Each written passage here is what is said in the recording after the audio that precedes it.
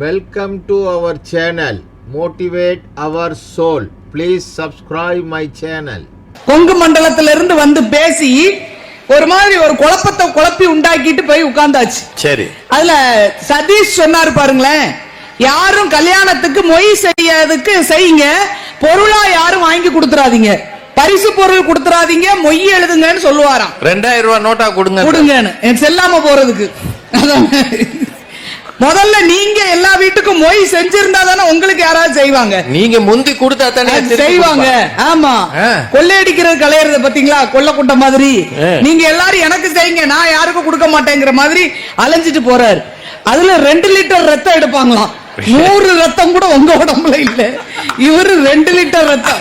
அவருக்கு 10 மில்லி இருக்காரு, 10 மில்லி கூட இல்ல, இவர் 2 லிட்டர் ரத்தம் காம்போ ஆஃபரா. அது என்ன ரத்தமா சாம்பார் பாக்கெட் நினைச்சீங்களா ஐயா, ஹோட்டல்ல ஊத்தி கொடுக்கற மாதிரி? சாம்பார் பாக்கெட் கூட 1/4 கிலோக்கு மேல தரமா. இவர் அப்படி லிட்டர் கணக்குல சொல்லிக்கிட்டு இருக்காரு, என்னமோ போங்க.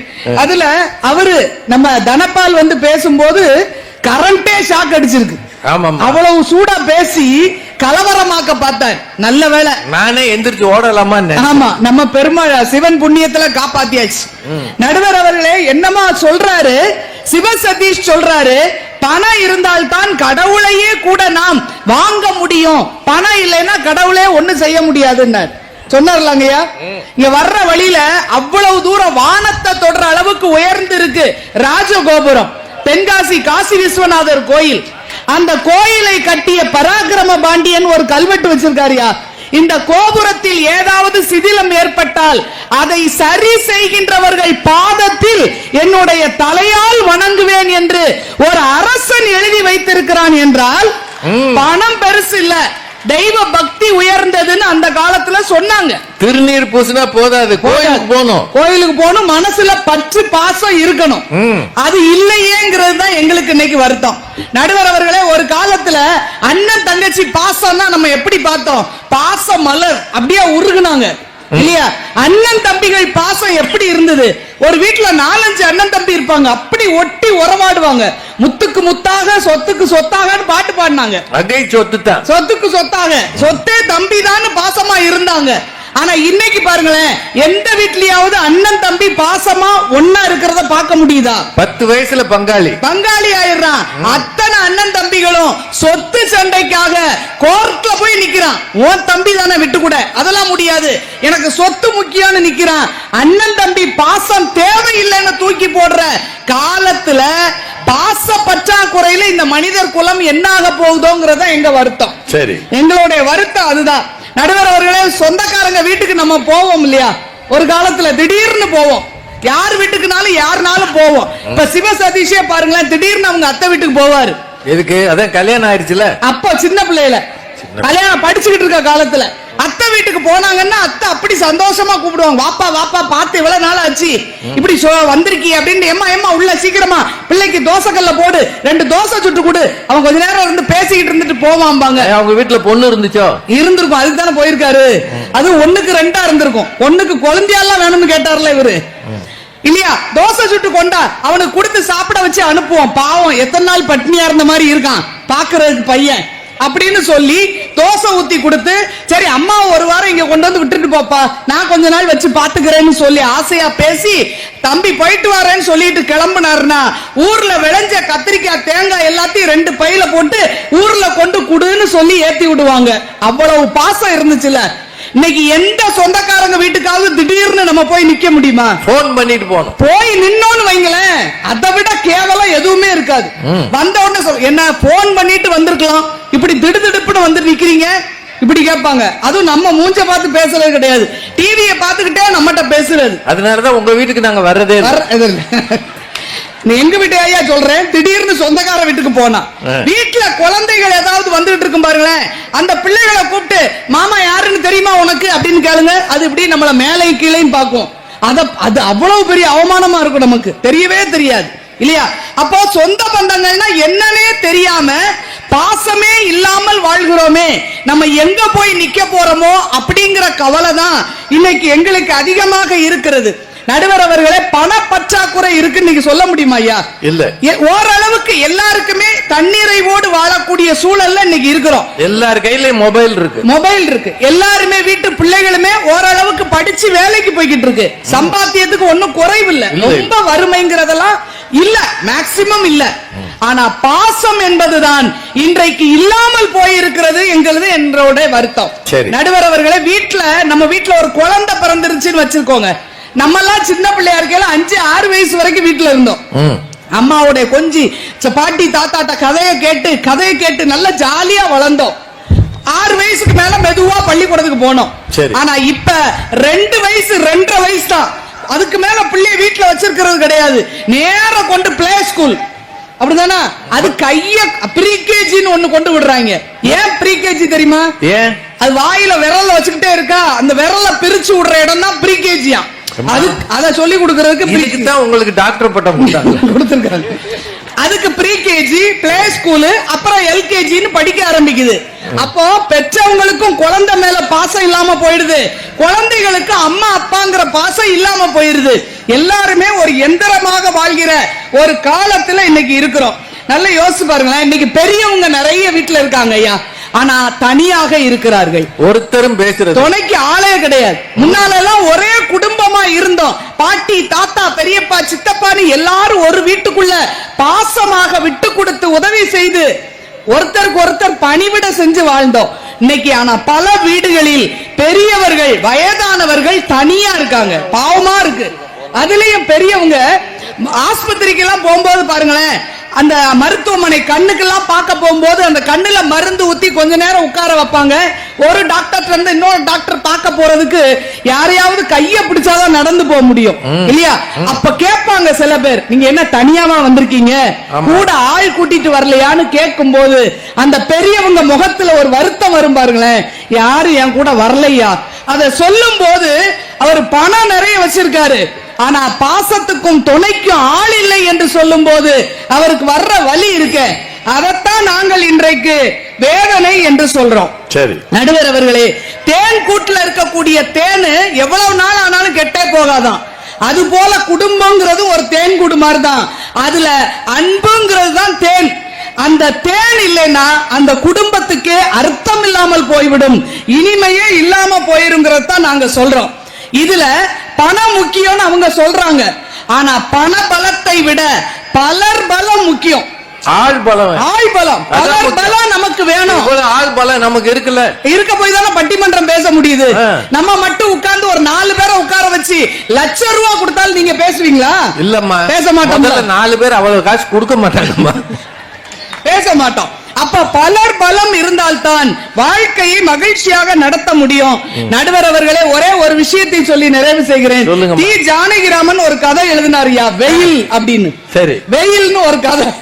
அந்த கதையில முடிஞ்சது ஒரு தாத்தாவும் பாட்டியும் இருப்பாங்க. அவங்க வீட்டுக்கு அவங்க அவங்க பிள்ளைகளை கூட்டிட்டு லீவுக்கு வந்திருக்கும். வந்து ஒரு 10 நாள் கூட இருந்தாச்சு. பிள்ளைகள் மகளோட சந்தோஷமா இருப்பாங்க. திரும்பி போயிருவாங்க. போய் ரயில்வே ஸ்டேஷனுக்கு போயிட்டு அந்த பொண்ணு இப்பதான் அந்த பெரியவங்க 2 பேரும் வீட்டுல இருக்கும் போது பார்த்தா கொடியில அந்த சின்ன பையனோட சட்டையெல்லாம் தொங்கும்.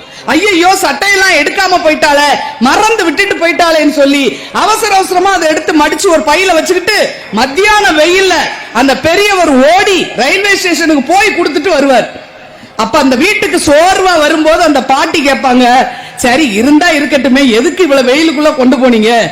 இருந்தா பிள்ளை ஞாபகமா நம்ம எடுத்து பாத்துக்கலாம்ல, பேர ஞாபகமா, இனிமே அடுத்த வருஷம் தான் வருவான், இப்ப அவன் ஞாபகமா நம்ம எடுத்து பாத்துக்கலாம்ல, ஏன் கொண்டு போய் கொடுத்துட்டு வந்தீங்க இவ்வளவு வெயிலுக்குள்ளன்னு கேட்பாங்க.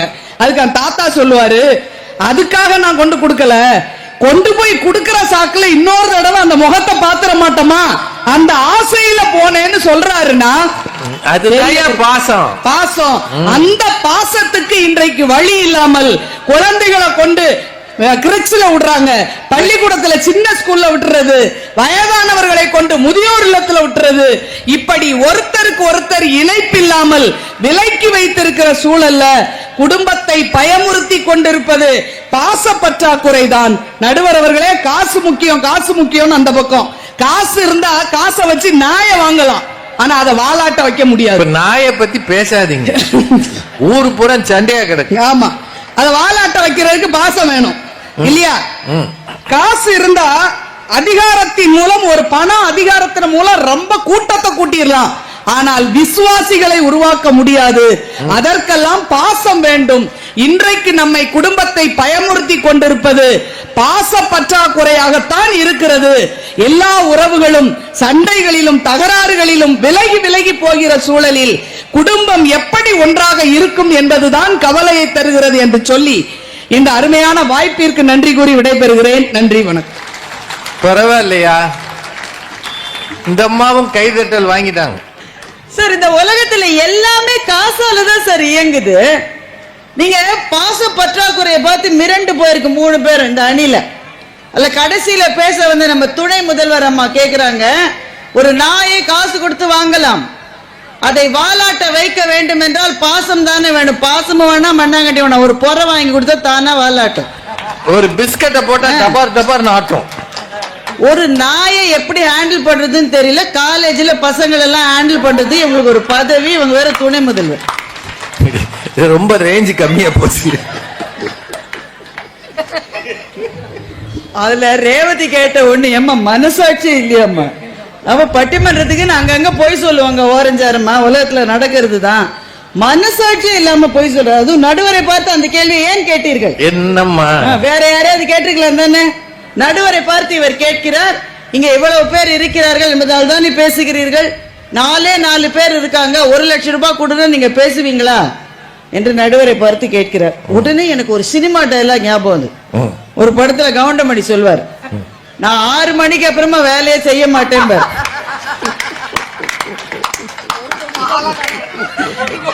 ஏன்னா அவருக்கு ஒரு பிரச்சனை, அதனால கண்ணு தெரியாது, வேற ஒண்ணும் இல்ல. அதுக்கப்புறம் அவர் சொல்லுவாரு, நான் 6 மணிக்கு அப்புறம் வேலை செய்ய மாட்டேன்னா எனக்கு 50 ரூபாய் கொடுத்தா 6 நாள் கண்முழிச்சு வேலை பார்ப்பேன். 4 பேர் இருந்தால் பேச மாட்டோமா? ஏன் பேச மாட்டோம்? ஆல் இண்டியா ரேடியோல எங்களை கூப்பிட்டு பேச சொல்றாங்க. முன்னாடி அந்த சுவிட்ச் ஆன் பண்றதுக்கு ஒரே ஒரு ஆள் தான். 1 லட்சம் பேர் முன்னாடி இருப்பதாக பாவித்து கொண்டு நாங்கள் பேசவில்லை. என்னம்மா பேச்சு? இந்த பாசத்துல கட்சியிலேயே எல்லாம் இப்படிதான் நடுவர் பேசுறாங்க. ஆமா, ஒண்ணு கூட சரியில்லை. உடனே தென்காசி கோபுரம் எவ்வளவு தூரம் உயர்ந்திருக்கிறது.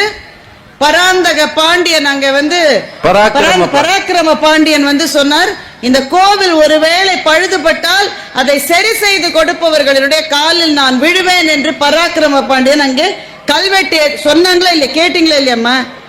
இது வேற, உங்கள்கிட்ட கீரிக்கும் பாம்புங்க எங்க ஊர்ல சண்டை விடுறவன் மாதிரி நான் கேட்க வேண்டும். கேட்டீங்களா? புரிஞ்சுதா? கை தட்டுறீங்களா என்று எழுதி வைத்திருக்கிறார். அந்த கோவிலினுடைய கோபுரம் 250 ஆண்டுகளுக்கு முன்னால் சிதிலம் அடைந்தது. மின்னல் தாக்கி 250 வருஷமா அந்த கோயிலினுடைய கோபுரத்தை யாருமே சரி செய்யல. ஏன்? அவங்களுக்கு எல்லாம் பாசம் இல்லையா?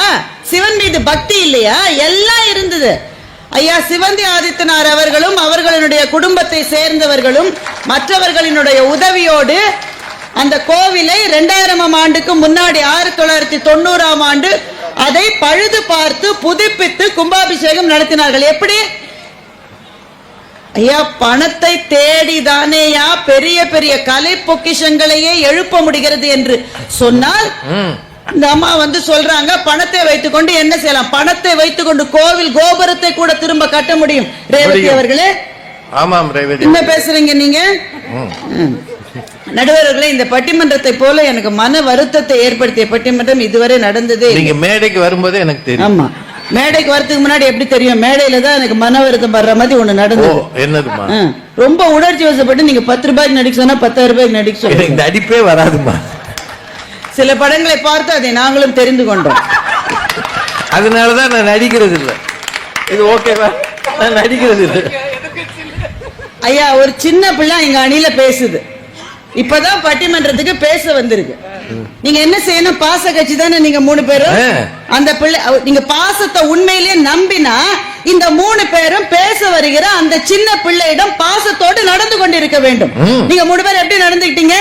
முதல் ஆளு பேசுறாரு, அவர் ஒண்ணும் அவ்வளவு ஒர்த்து இல்லையா? யாரு? சிவசதீஷ். அவருக்கு நல்ல பொண்ணு கிடைச்சது, இவருக்கு இன்னும் பொறாம. இவர் பொண்ணுக்கே கல்யாணம் 6 வயசு வந்தாச்சு. அவரே ஒர்த்து இல்லைன்னா உங்களை பத்தி என்ன சொல்லுவது? உங்களுக்கே ஒருத்தர் பொண்ணு கொடுத்துருக்காரு, அவருக்கு பொண்ணு கொடுக்க மாட்டாரு. சரி, அவர் தான் அப்படின்னா அடுத்து வந்த கவிதா. மிஸ்டர் சதீஷ். ஏன் நாங்க சொல்ல மாட்டோமா மிஸ்ஸஸ் கவிதா? எங்களுக்கு சொல்ல வராதா? சொல்லுங்க, சொல்லிட்டீங்கல்ல. கவிதா வாயில ஒரு நல்ல வார்த்தை வராது. சிவசதீஷனோட மாமனார் காணாம போடணும். ஏற்கனவே இவர் வந்தாலே அவர் காணாம போயிடுறாரு. மிஸ்டர் சதீஷ் பெரிய ரம்யா கிருஷ்ணன் நினைப்பு. நீலாம்பரி. ஆமா, அந்த காலை தூக்கி அப்படி போடல அப்படின்னா நீங்க சொல்லிட்டு வச்சிருப்பீங்க. ரஜினிகாந்தா உங்க மாப்பிள்ளைக்கு பதிலா.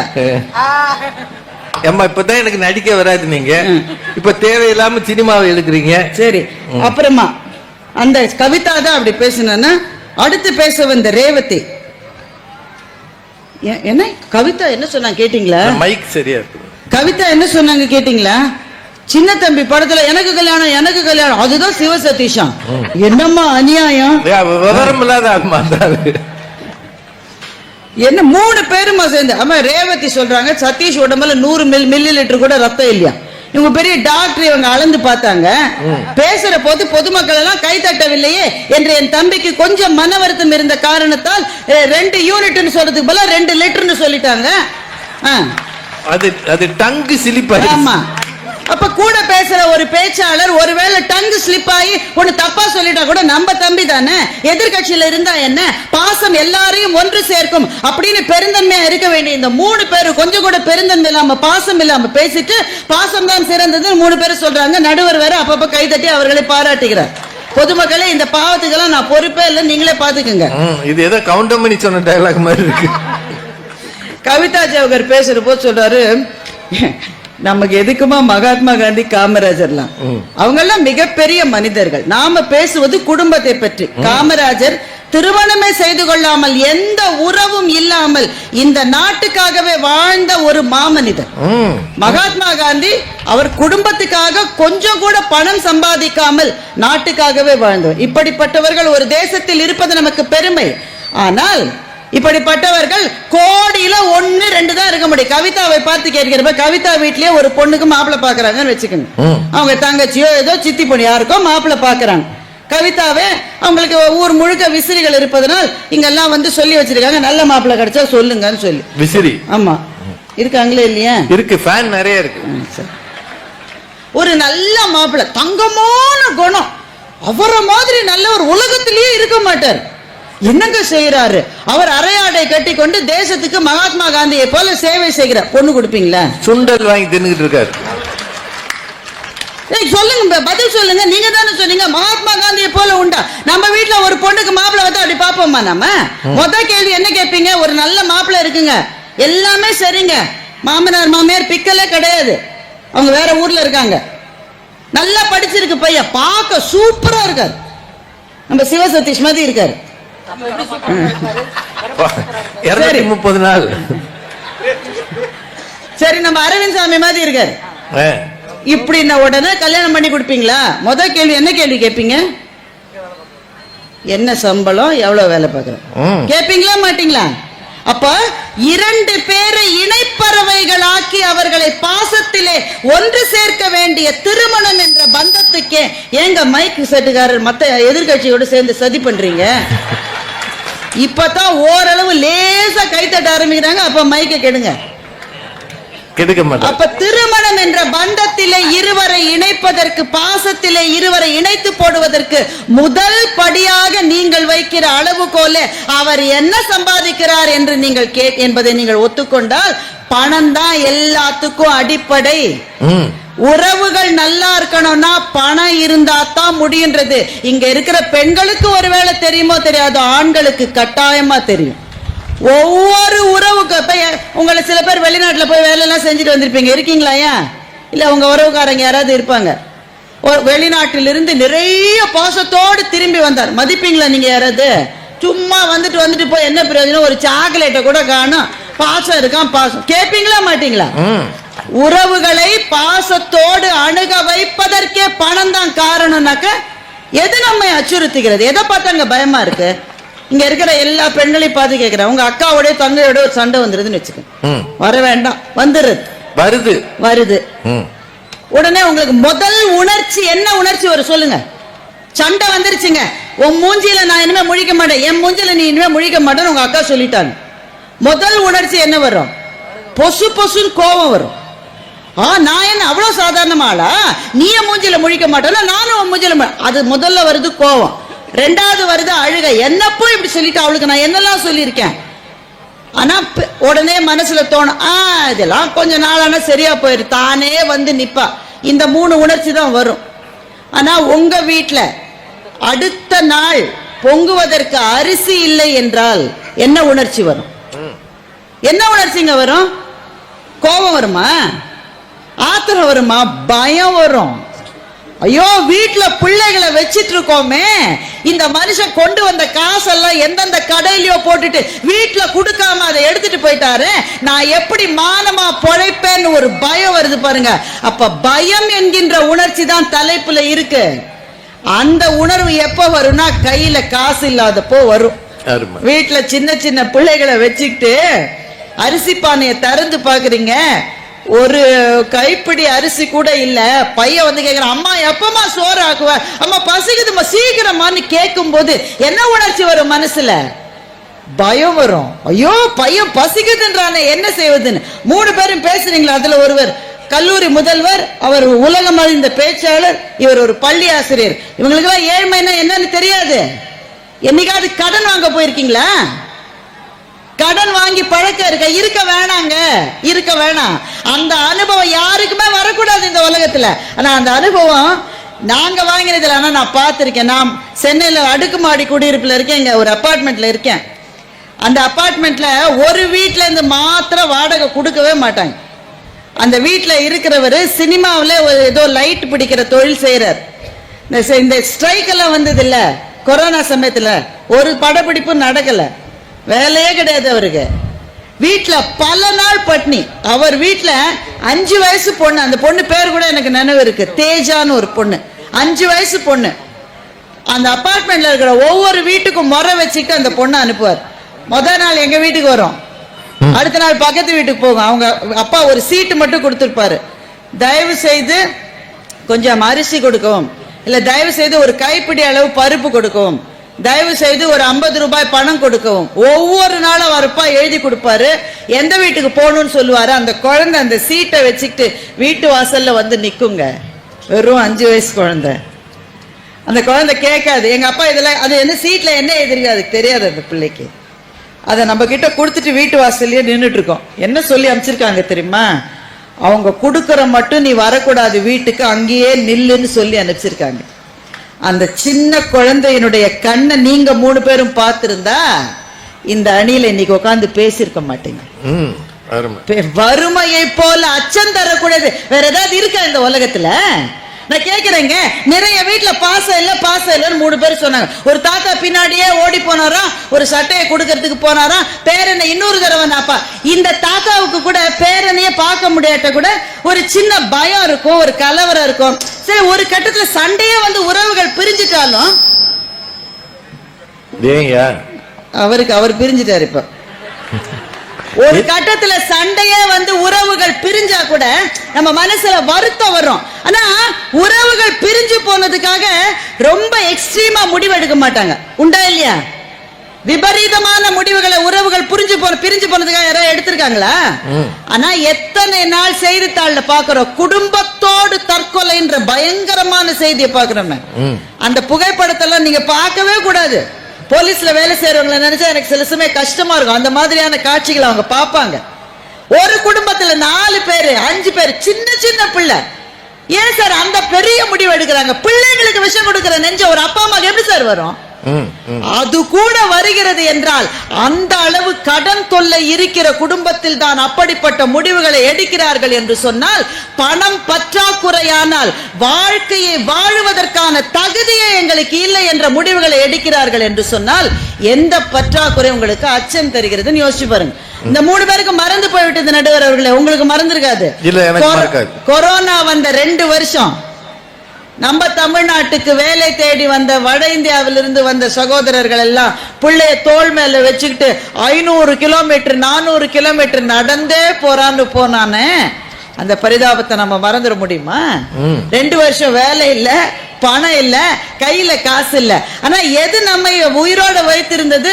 குடும்பத்துல பாசம் இருந்தது, அதனால எப்படியோ உயிரோட இருந்தோம். ஆனா உயிரோட இருப்போமான ஒவ்வொரு நாளும் அச்சம் வந்தது. எந்த காரணத்தினால்? காசு இல்லாட்டதாங்க மனசுல பயம் வரும். நடுவர் என்ன தீர்ப்பு ஆனாலும் கொடுக்கலாம், ஏன்னா அவர் இன்றைக்கு நடுவர் நல்ல தீர்ப்பை கொடுப்பார். ஆனா அவருடைய புக்கிலே அவர் ஒண்ணு எழுதியிருக்கார், அதை மாத்திரம் சொல்லிட்டு நான் விடை பெறலாம்னு நினைக்கிறேன். அவர் புஸ்தகத்துல எழுதினதுதான் சொல்றேன். நான் சொந்தமா இட்டு கட்டில கவிதா ரேவதி கதை கதையா அடிச்சாங்களே, அந்த மாதிரி நான் அடிக்க மாட்டேன். உங்களுக்கு கதை சொல்லவே தெரியாது. பின்ன இவங்க அணிமாதி கதை சொல்லுங்க. ராஜ்குமார் பேசுற போது சொல்றாரு, சொந்தங்கள் வந்து போகிற வீடு சொந்த வீடு. சரி, அவரு ராஜபாளையத்துல ஒரு வீடு கட்டியிருக்காருங்க. அந்த வீட்டுல ஒருத்தர வாடகைக்கு வச்சிருக்காரு. மாசம் 1ஆம் தேதி போய் வாடகை வாங்கிட்டு வர்றாரு. இப்ப இந்த மாசம் அவங்க வீட்டுக்கு அவங்க பெரியப்பா, பெரியம்மா, சித்தப்பா, சித்தி, அத்தா, அம்மம்மா எல்லா உறவும் வந்திருக்கு. யார் வீட்டுக்கு? வீட்டுல வாடகை இருக்காருல்ல, அவரோட சொந்தக்காரங்க எல்லாம் வந்திருக்காங்க. எல்லா சொந்தங்களும் வருகிற வீடு தானே சொந்த வீடு. எனவே இந்த வீடு இனிமேல் உங்களோட சொந்த வீடு. சொல்லுவீங்களா? வாடகை வேணாம்னுவீங்களா? யார்கிட்டயா கதை விடுறீங்க? பேச்ச பாரு ஒண்ணு. அப்புறம் இவங்க எல்லாம் அது கீழப்பாவூர்ல வந்து இந்த பெண்களுக்கெல்லாம் எவ்வளவு அன்பு, சேலை அழுக்காகிவிடும் என்ற கவலை கூட இல்லாமல் இவர்கள் இங்கே உட்கார்ந்து இருக்கிறார்கள். சேலையை பத்தி அவருக்கு ஒண்ணுமே தெரியாது. இந்த மாதிரி ஒருவேளை அழுக்காயிடுமோ அப்படின்னு சந்தேகம் இருக்கிற இடத்துக்கு வந்தா நாங்கள்லாம் அழுக்கானா பரவாயில்லன்ற சேலையை தான் கட்டுவோம். முன்னாடி இருக்கு பாரு இந்த கோஷ்டி, இவங்க நின்றுட்டே இருந்தாங்க. ஏன் அந்த நீல துண்டை விரிக்கிற மட்டும் உட்கார மாட்டேன்ற ஒரே முடிவுல. எல்லாரும் பெண்கள் இவ்வளவு பேர் இருக்கீங்க, கல்யாணத்துக்கு போறீங்க. சில கல்யாணத்துக்கு போனா சந்தோஷமா திரும்பி வரும், சில கல்யாணத்துக்கு வருத்தமா திரும்பி வரும். என்ன காரணம்? என்ன காரணம்? எல்லாம் சொந்தக்காரங்க தானே. எந்த இடத்துக்கு நாம எப்படி போனாலும் நமக்கு மரியாதை கிடைக்கணும் தானே. ஆனா கிடைக்குதா? நம்ம கட்டி இருக்கிற சேலை என்ன சேலை? போன கல்யாணத்துல இதே சேலைய கட்டினோமா, வேற சேலைய கட்டினோமா? கழுத்துல போட்டிருக்கிற நகை எவ்வளவு பவுனு? இந்த பவுன் இவ்வளவுதானா, இதை விட ஜாஸ்தி இல்லையான்னு பார்த்து தானுங்க மரியாதை கிடைக்குது. இவ்வளவு ஆண்கள் இங்க இருக்கீங்களே, எவ்வளவு கல்யாணத்துக்கு போயிருப்பீங்க, ஆடி ஓடி எத்தனை கல்யாணத்துல வேலை செஞ்சிருப்பீங்க. ஐயோ நம்ம மச்சான் வீட்டு கல்யாணம், நம்ம மாமனார் வீட்டு கல்யாணம்னு ஓடி ஓடி வேலை செய்ய. உங்க மாமனாரவே இருக்கட்டும், உங்களுடைய மனைவியினுடைய சகோதரியை கட்டி இருக்கிற ஆளு உங்களை விட பணக்காரரா இருந்தா மரியாதை அவருக்கு கிடைக்குமா உங்களுக்கு கிடைக்குமா? உண்மையை சொல்லுங்க. அவருக்கு தான் கிடைக்கும். நம்மள எவனும் கண்டுக்க மாட்டான். பேசுறாங்க 3 பேரும். ரொம்ப தப்பு. அதுல வேற அவங்களுக்கு எம்எல்ஏ சீட்டு வேற இல்ல வரும்னு நம்புறோம். என்னங்க எங்க அணி மொத்தமா ஒட்டுமொத்தமா காலி ஆயிடுச்சு. அவங்க என்ன சொன்னாங்கன்னா, எங்க அணி தலைவி ஒருவர் மட்டும் போதும், கீழப்பாவிலே ஜெயிக்கிற ஒற்றை தலைவி வாழ்க. என்னையா இது கண்ணுமூடி கட்டுத்தத்துல ஒரு அணியே காலி பண்ணிட்டாங்க. நான் ஒத்தல இருந்து எப்படியா பேசுவேங்க? வேற கட்சி பணம் கொடுத்து அவங்களை வாங்கிட்டாங்க. இல்ல இப்ப எலெக்ஷன் பக்கமா வருதுன்னு கூட்டணி அமைச்சு இங்க வந்துட்டாங்களோ, சரியா தேடி பாரு. ஐயா நான் எப்படி சொல்லி முடிக்கிறேன், எங்க நடுவர் அவருடைய புத்தகத்துல எழுதியிருக்கிற ஒரே ஒரு விஷயத்த சொல்லி நான் விடை பெற்றுக் கொள்கிறேன். எனக்கு நாற்காலி இங்க போட்டிருங்க, ஒத்தல உட்கார எனக்கு பயமா இருக்கு. எனக்கு நடுவர் அவர் கிட்டத்தட்ட 25-30 வருஷம் முன்னாடி அவர் பேச்சாளர் அல்ல, அப்பதான் வேலையில சேர்ந்திருக்காரு. பெரிய சம்பளம் ஒண்ணு இல்ல. அவங்க வீட்டுல ஒரு கல்யாணம், அவங்க தங்கைக்கு கல்யாணம். தங்கைக்கு கல்யாணத்துக்கு பொறுப்புள்ள அண்ணனாக, பாசம் நிரம்பிய நெஞ்சத்தோடு அண்ணனாக இவர் தான் எல்லா ஏற்பாடு செய்யறாரு. கையில பணம் குறையுது, பெரிய ரொம்ப இப்ப மேல பெரிய தொகை இல்லைங்க, வெறும் 500 ரூபாவோ ஏதோதான். கையில காசு கொஞ்சம் கம்மியா இருக்கு. எங்க தேடுறது எங்க வாங்கறதுன்னு தெரியாம அங்கிட்டு இங்கிட்டு போறாரு மதுரையில. அப்ப இவருடைய உறவுக்காரர் ஒருத்தர் வந்து, நமக்கு இன்னொரு உறவுக்காரர் இருக்காரு, அவங்க வீட்டுக்கு ஒரு கூட்டிட்டு போறேன், அவரு வந்து கொடுப்பாரு அப்படின்னு சொல்லி கூட்டிட்டு போறாரு. அந்த இடத்துல இவரை வாசல்ல நிக்க வச்சுட்டு, நீ இதே இடத்துல நில்லு, இங்கிருந்து எங்கேயும் போகாத, இங்கே நில்லு, நான் உள்ள போய் அவரை பார்த்து அவர் மூட பார்த்து பேசி காசை வாங்கிட்டு வரேன்னு சொல்லி அவர் உள்ள போனார். காலையில 10:30 மணிக்கு மதுரையில வெயில்ல நிக்க ஆரம்பிச்ச எங்க நடுவர் சாயங்காலம் 5:15 மணி மட்டும் அதே இடத்துல நின்று இருக்காரு. தண்ணி குடிக்கணும், பாத்ரூம் போகணும், சாப்பிடணும்னா கூட அந்த நேரத்துல வந்துட போறாங்களோன்னு பயந்துட்டு எதுக்குமே போகாம ஆணி அடிச்ச மாதிரி அந்த இடத்துல நின்று இருக்காரு. அந்த ஆள் 5:30 மணிக்கு மேல வந்து, உன் முகராசி சரியில்லை, உள்ள போய் கேட்டா அந்த ஆளு காசு கொடுக்கலன்னு சொல்லி போயிட்டார். இன்றைக்கும் கூட மதுரையில் எங்களெல்லாம் நான் எப்போது போகும்போது இவங்கெல்லாம் போகும்போது அந்த வழியா போற போது அந்த வீட்டை திருப்பி திருப்பி திருப்பி பார்த்துக்கிட்டு தான் எங்க இவர் போவார். பட்ட அவமானங்கள் மறக்காத நண்பர்களே. மனத்திலே விழுந்த சில காயங்கள் எந்த காலத்தினாலும் ஆற்றப்பட முடியாத அவமானங்கள். அதெல்லாம் எப்படி வருதுன்னா, காசு இல்லைன்னு ஒருத்தர் நம்மை பார்த்து நகைத்த அந்த ஒரு வினாடியை நம்மால மறக்கவே முடியாது. அதனால உண்மையில் இந்த சமூகத்தில் எதற்கு மரியாதை? ஒரு காலத்தில் இந்த சமூகத்தில் ஒழுக்கத்துக்கு மரியாதை இருந்தது. ஒரு காலத்தில் இந்த சமூகத்தில் படித்தவனுக்கு மரியாதை இருந்தது. ஒரு காலத்தில் இந்த சமூகத்தில் அன்பு இருக்கிறவர்களுக்கு மரியாதை இருந்தது. அதெல்லாம் மாறி போய் இன்று யார்கிட்ட காசு இருக்கோ அவர்களுக்கு தான் இந்த சமூகத்தில் மரியாதை என்ற நிலைமை எப்போது வந்து விட்டதோ, அப்படி வந்ததை பத்தி எனக்கு மகிழ்ச்சி இல்லை, எனக்கும் வருத்தம் தான். ஆனா அதுதான் நிதர்சனம், அதுதான் யதார்த்தம். அப்படி ஒரு நிலைமை வந்த பிறகு எது உங்களுக்கு அச்சத்தை தரும் என்றால், உறவுகள் விலகி போனாலும் கூட இன்றைக்கு ஈடு செய்வதற்கு நண்பர்கள் இருக்கிறார்கள். சொந்த வீட்டுல அண்ணன் கல்யாணத்துக்கு தம்பி வரலன்னா கூட அண்ணனுடைய ஃப்ரெண்ட்ஸ் 10 பேர் இருந்தா செஞ்சிருவாங்க.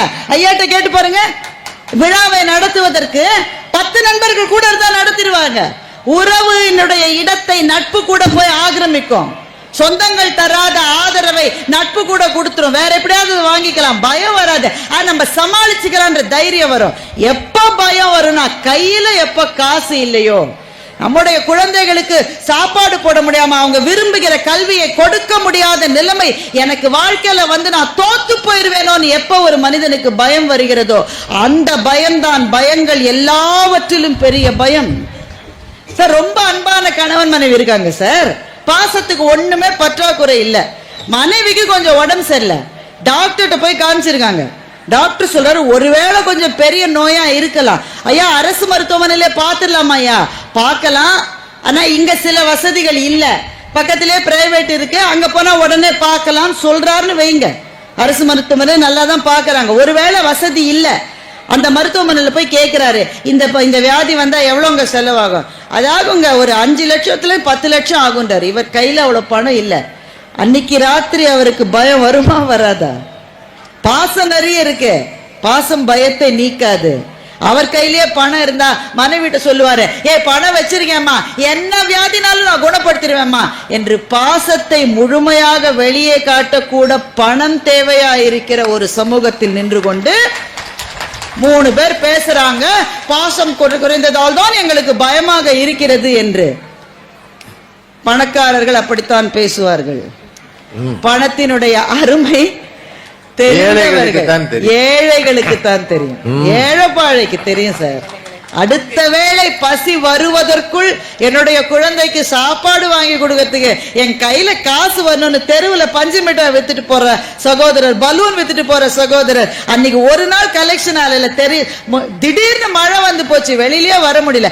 உங்க ஊர்ல எங்க சீசனை நம்பி பிழைக்கிறவங்க எத்தனை பேர் இருக்காங்க? நிறைய இருக்காங்க. ஒரு சீசன்ல பயங்கரமா வெள்ளம் வந்து யாருமே குளிக்க கூட, யாரும் வரக்கூடாதுன்னு சொல்லிட்டா எத்தனை வயிறுகள் பசியால் வாடும் யோசித்து பாருங்கள். அன்றைக்கெல்லாம் அவர்களுடைய வீட்டில நிறைய பாசம் இருக்கும். பாசம் பயத்தை தணிக்காது.